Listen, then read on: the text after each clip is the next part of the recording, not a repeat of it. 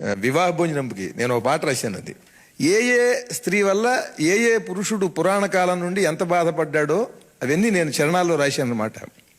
కైక మాట విని కాకరేగి పరలోకమేగే ఒకడు, అంబ దెబ్బ తిని పంబరేగి ఉదకంబు తాగెనొకడు, ఇంద్రదేవునికి ఇంతి వల్ల ఒళ్ళంత చెడినదపుడు, తార వల్ల మన పూర్ణ చంద్రుడికి తాత లేచెనపుడు, చిత్రాంగి బలి పెట్టే సారంగుని అప్సరస చెరిపింది రాజర్షిని, కావ్యాలు గ్రంథాలు తిరగేసిన ఇతిహాస డ్రామాలు వడపోసిన, గయ్యాళి దయ్యాలు ఒళ్ళోని బెళ్ళాలు మగవాళ్ల ప్రాణాలు తీసేటి భూతాలు, అమ్మమ్మో ఆడోళ్ళు రాండోళ్ళు ఆనోళ్ళు కలిసిన సుఖమిక సున్న, నరకమునను పడకన్నా చిన్న కన్నా పొద్దురా, వివాహం నాటకమన్నా కాపురం బూటకమన్నా సమస్తం నాశనమన్నా, పెళ్లి రోజుతో ఇల్లేమో ఇరకటమంట పెళ్ళామే మరకటమంట, బ్రతుకంత చింత